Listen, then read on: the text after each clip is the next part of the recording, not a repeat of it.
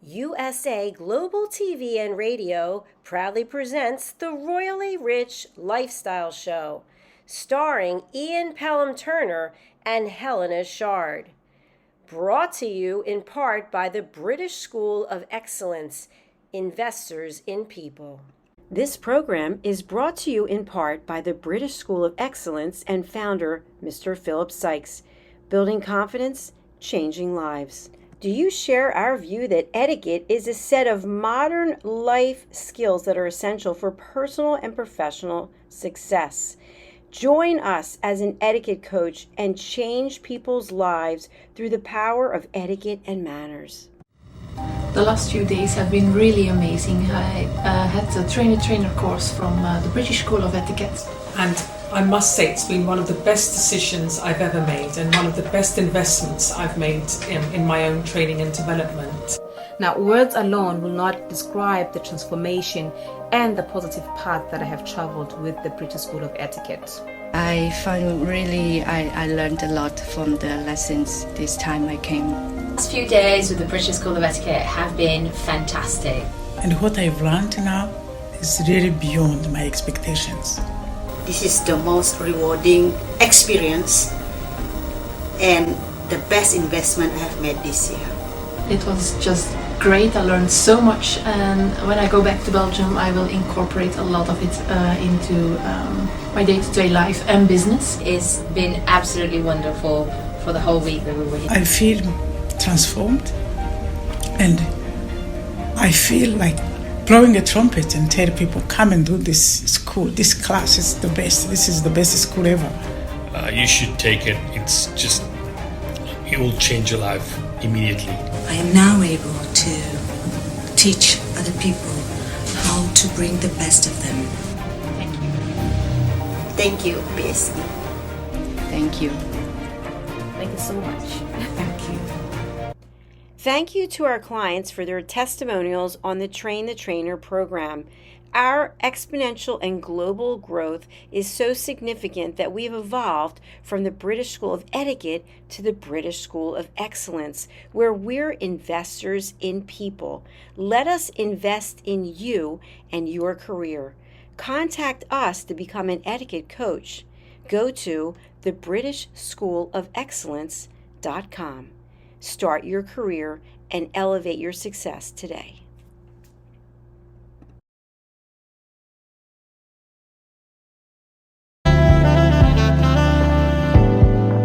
Welcome to USA Global TV and Radio, where our mission is to provide education, entertainment, hope, and inspiration. USA Global TV and Radio connects you with experts and audiences all around the world every single day to help you succeed in business and to live a richer life. Visit us at usaglobaltv.com to learn about career and life-changing training and mentoring programs like the Listening Mentor. Subscribe to our newsletter to stay informed about our special programs and offers. Discover how you can become a guest on one of our shows or a host or producer of a USA Global TV and Radio show of your very own. That's USA Global TV and Radio, where the doctor is always in.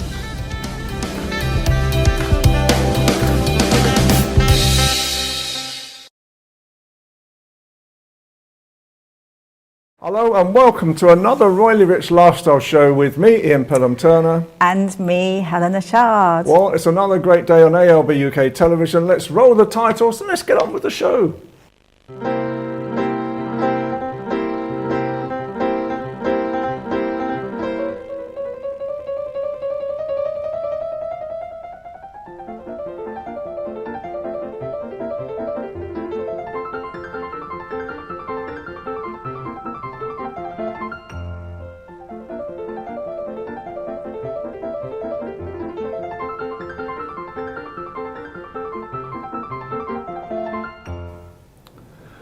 Wow, it's got another great week with the Royals.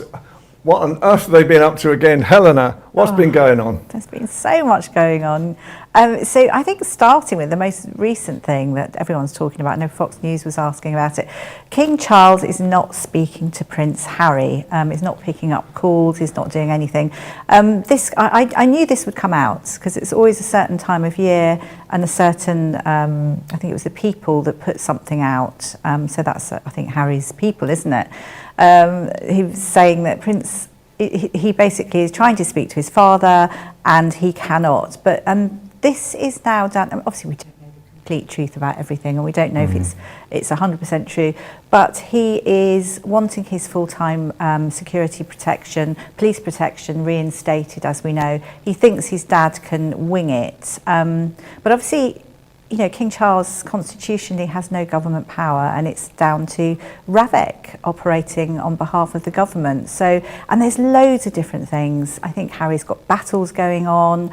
He's doing millions of interviews, and I think at the moment they're thinking less is more with the communication. So we will see. I mean, as we know as well, I mean, they're doing another interview, aren't they, with they're doing another CBC. Interview on CD for CBC. Yeah. That's coming up, and they've got another pseudo-royal tour, I think, that's taking place somewhere very dangerous.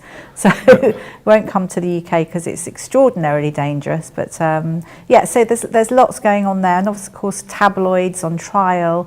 Again, there was lots going on there. So I don't know. There's a lot of blame game going on, but I think the interview is on Sunday, so we will wait and see. Let's see what happens. Absolutely. But also, Prince Harry is about to inherit a huge amount of money, and this is courtesy of his great-grandma, who was incredibly funny. She was so funny.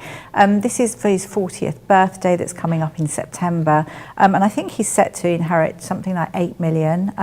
There's money that's been put in trust for all the grandchildren, including William, and it was put in trust in 1994, so before she passed at the age of 2002, at the grand age of 101. But everyone's been talking about how sad she would have been because she absolutely loved Prince Harry. They had such great sense of humour, and they used to do Ali G skits with each other, and it was really, really great fun. So she'd be so disappointed to see almost like history repeating itself. And I suppose by saying that means Edward and Simpson. But, you know, let's just see what happens. It's extra money, and he gets actually more than Prince William, which is unusual, but that's all to do with the fact that obviously William and the Duchy of Cornwall, he sets to make money from the private estate, whereas Prince Harry doesn't. So it's a difference in the allocation of monies, which I find very interesting. Well, I think, you know, the reality with all of this is that they've all got another big payday between them all at the moment, and huge amount. Let's come back together. That's my message. Let's get them all back together again. I think it will take a while. It's going to take a while. I know. Absolutely. And obviously King Charles, I mean, there's lots of talk, isn't there, about King Charles wanting everybody, that's the public, to be able to connect with the palaces and the castles, and making everything more public, which is fantastic. And in fact, even Balmoral into a museum, which will be very interesting. So one of the things at the moment is King Charles is opening one of his favourite Scottish retreats, and that's for private dinners this summer. A unique chance to enjoy this dining experience at the Castle of May. Now, I would love to do this, I have to say. Something for us to do, I think, Ian. We'll have to take a wander to Caithness. Apparently, groups of 12 can take a champagne tour of the 16th century castle and enjoy a bespoke 3-course meal made by a local chef, so it sounds very delicious. Dinner served at the King's table, in the dining room, which His Majesty normally uses, and obviously an option of a whiskey and gin tasting as well. So, and in the drawing room, and live music from the piper to follow. So, real authentic experience. I love the fact that things have been opened for everyone to try, which is great. And of course, people have always been able to stay at Granary Lodge on site, and that's open whenever King Charles isn't around. So. And following on as well, we were talking about the late Queen Mum, who's so funny. She bought the castle in 1952. It was gifted to Queen Elizabeth May Trust in 1996. And it attracts so many visitors. And obviously now monies go to the King's Foundation, which is all great great news and offers lots of educational courses. Something as well, we love Princess Diana, and I know Ian's taken some lovely photographs that we should show on the show again, shouldn't we? Some really beautiful ones. But I'm interested to know that Princess Diana's beloved Christian Dior bag, it used to be called the Choo Choo bag. It was launched in 1994. Princess Diana absolutely fell in love with it, and 2 years later they named it after her in her honour. So it was then the Lady Dior bag in '96, obviously with Diana's blessing. And it was the most popular design. She had it in every single colour, and I think it was with her new sense of freedom. She really became a boss sort of woman status, wearing these wonderful fashion choices, and it really went with her whole newfound confidence and worked with her philanthropic career that she'd carved out for herself.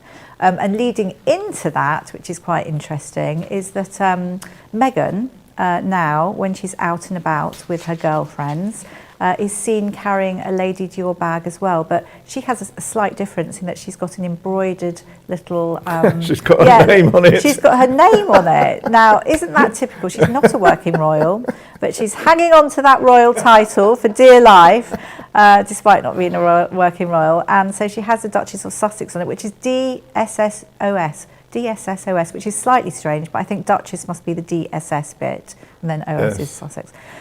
So that's fun. So she has taken over that, which, no, it's always going to be Princess Diana's bag, as I see it. Absolutely. And a fun one as well. So the Society Bible Tatler magazine, a very good magazine, has recently compiled a list of all their best dressed people for 2024. And I think the irony is that there's the most unlikely person royal that's been chosen as being the best dressed person that scooped the crown, and it is Princess Beatrice. Now, I'm thrilled that she's been given this award, but obviously she's gone from one extreme to the other, where she was so mocked with her fashion, as we can see the hat that she wore to the Prince and Princess of Wales wedding, which she did sell off for charity, so it did make a lot of money, but always has had a dig. But she's looking very sophisticated now and beautiful, and this is down to her new stylist, and she's actually been called the Princess of Perfection, which I think is probably going a little bit too far, but good for her. I'm trying to think of who her new stylist is, but it's Olivia Buckingham. I knew there was a royal twang there. So she is basically her secret weapon, and if clothes can make a woman feel empowered and confident, then that's what clothes should be for. Hear, hear, I say. So good for her. I feel sorry for her sister though, but I guess she's looking stylish, isn't she? I think really stylish at the minute. And also the Princess Royal, as we remember, we reported on this show not so long ago. She's a most unlikely men's fashion icon, and Fendi basically said that she gave her inspiration for the new male line. She's the most elegant and the chicest woman in the world. Again, isn't that a fun one? And we can see her there in the Mac when she's sporting, and Fendi obviously did a copy for the male catwalk there, which is unusual to say the least. And also we've seen quite a bit, because obviously Princess Anne, she's had her accident recently. She is still slightly recovering, but she's on her feet and really enjoying the 2024 Olympic Games. So she sparked royal frenzy. She was giving Adam Peaty his award, his silver for 100-metre breaststroke, and really enjoying all the games. In fact, I think she's there for the whole time. Absolutely, and I think we've got a picture of her with her husband as well at the Olympics, with a and I love it. Hat on. Do you know, I love that hat. Isn't that great? I think she sort of looks very with it there. It's a bucket hat, isn't it? Is that what it is? I think it's got a bucket hat. I would call it a pork pie hat, but there you go. I think I love that. But, so she's enjoying everything and giving out all the medals, and people are really enjoying seeing her there. Of course, we remember she was in the 1976 Olympics herself, and also her daughter Zara won silver at the 2012 team eventing. And yes, just to say that she does the 3-day event, not horse racing, as I mentioned the other week, which was completely wrong. I realise I made the mistake, but there you go. It had all sorts of aspirations, I just think, going over the jumps at Ascot. All to do with horses, and she's really enjoyed the 2024. I got a feeling, didn't Anne once actually do horse riding? I think she raced at Ascot one time, if I remember rightly, years ago. She has, but it wasn't her main. She was always a 3-day sport, wasn't she? I think she actually she so I wasn't so wrong then. So that wasn't too bad. No, it wasn't too but so good. And also following on with this, I've just recently heard that Tom Cruise is going to do some amazing thing at the end of these 2024 Olympics. So he's obviously doing, I don't know, some kind of. He's not going to jump out of a sky, is he? Well, nothing could beat our Queenie, late Queen Elizabeth, jumping out of the plane. Anyway. I know, so lovely. And just really to finish off as well, as we know, the hardest working royal, as she's known, so Princess Anne. She now, the Princess Royal, she has taken Princess Charlotte under her wing, which I think is beautiful and actually a really good match. They get on incredibly well. They talk everything from, I don't know, it's to do with princess training, and I think the idea is to make sure that Charlotte doesn't go a little bit AWOL, like father and uncle, William and Harry, and to put in the hard work so she understands. But I think so that Charlotte and Beau, they can really, it's a mutual respect, and I think no one could do it better than Princess Anne, and obviously Prince and Princess of Wales are absolutely thrilled. Fabulous. So there we go, Royal Roundup. Right, well, we're now just going to take a short break, and then we're going to see 2 videos today from the Royal Family channel. One is to do with King Charles, and he's in Scotland looking at some of the latest properties that he's been asked to view. And then the second one is the competitive nature of William and Kate. Stay tuned.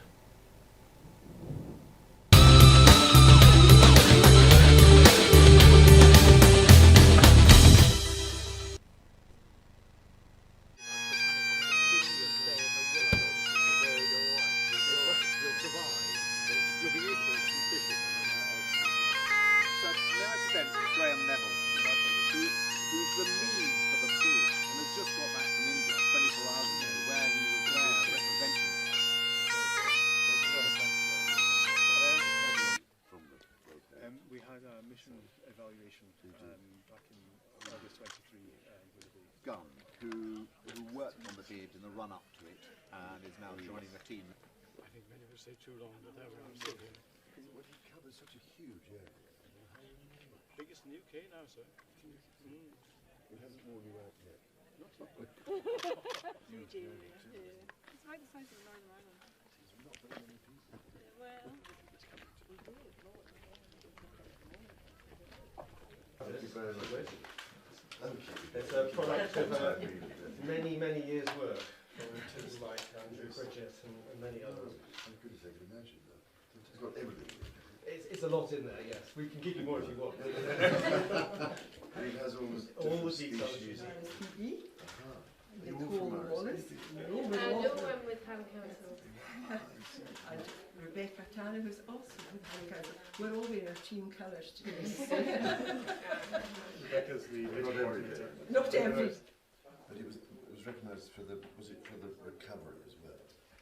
Yeah, I mean, whilst there's a significant Some people are here, some people aren't. In each project, it's almost like you keep the projects built layer upon layer until we're here with this. It's fantastic. It's fantastic for the whole country. I got this a date, yes. Thank you so much. Good work.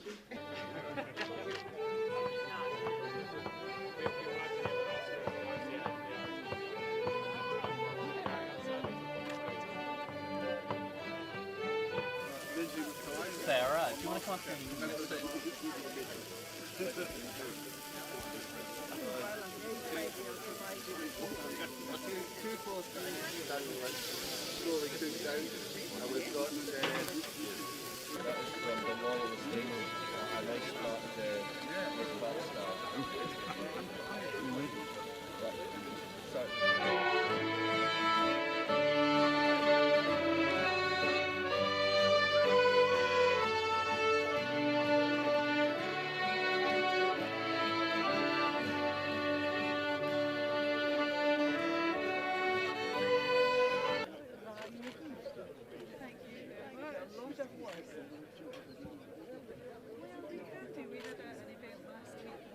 front of the midget.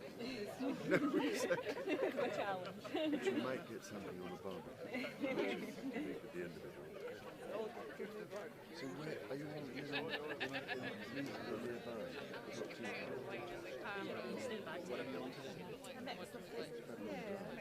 Keith was a...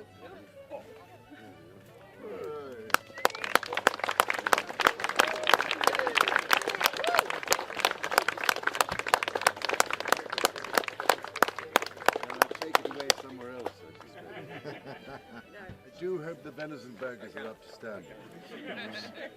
Covered in midges.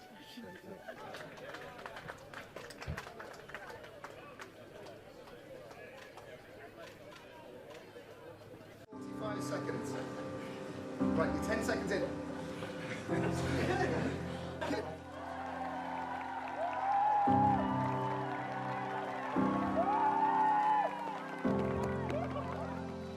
Set.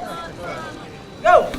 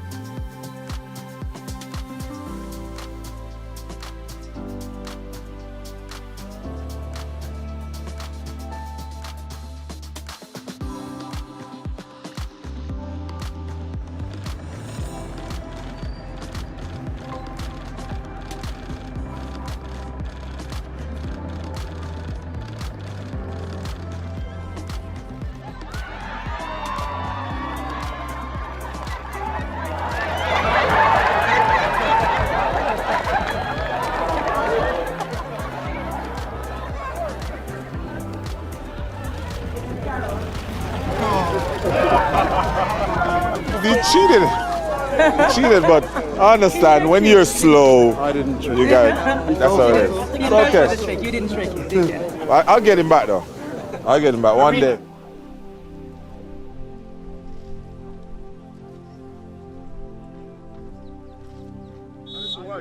Look! Put up on me, what?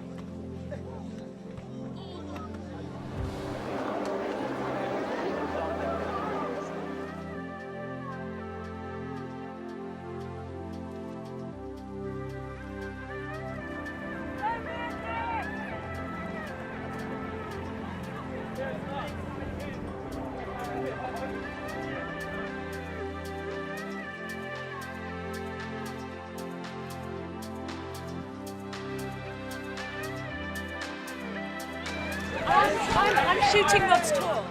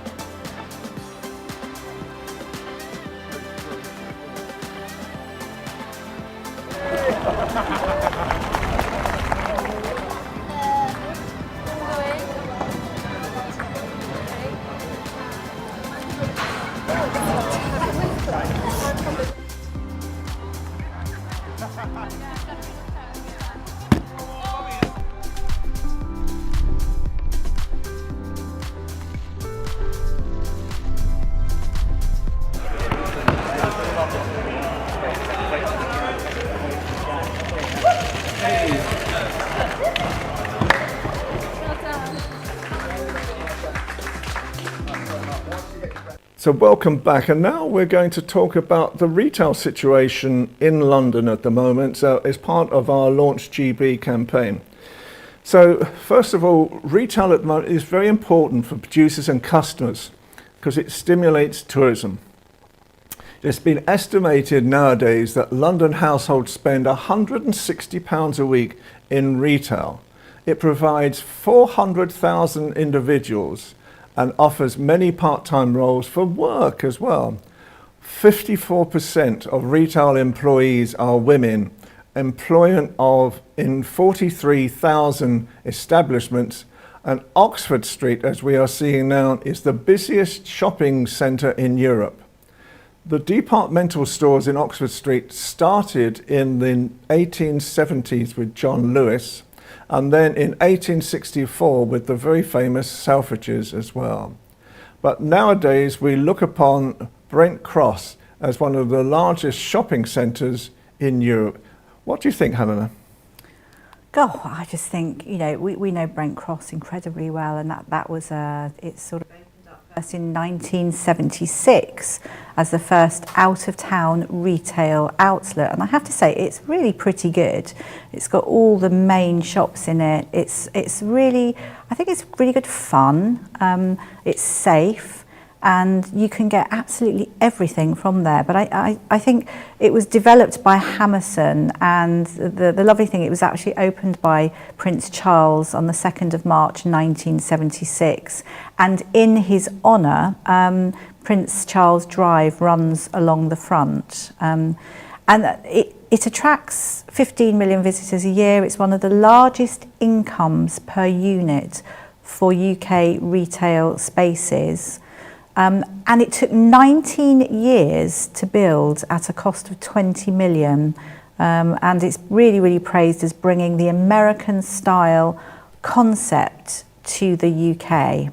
I think what's so great as well, I think you have so much scope with all that space. You can bring people in, you can have pop-up stores if you want to, you can have great big plasma screens, so doing extra add-on sales, which I think is really exciting. And it's not like the olden days where it was the very traditional stores. And it's interesting that the first three major stores, Phoenix, John Lewis and Marks and Spencer, are still there, that many years later. Absolutely, and you've got the fashion and food and relaxing, there's a lot of, it's really, and it's always very clean. So I think these stores, they do very well. I mean, I hope it's part of the future. Yes. I don't know.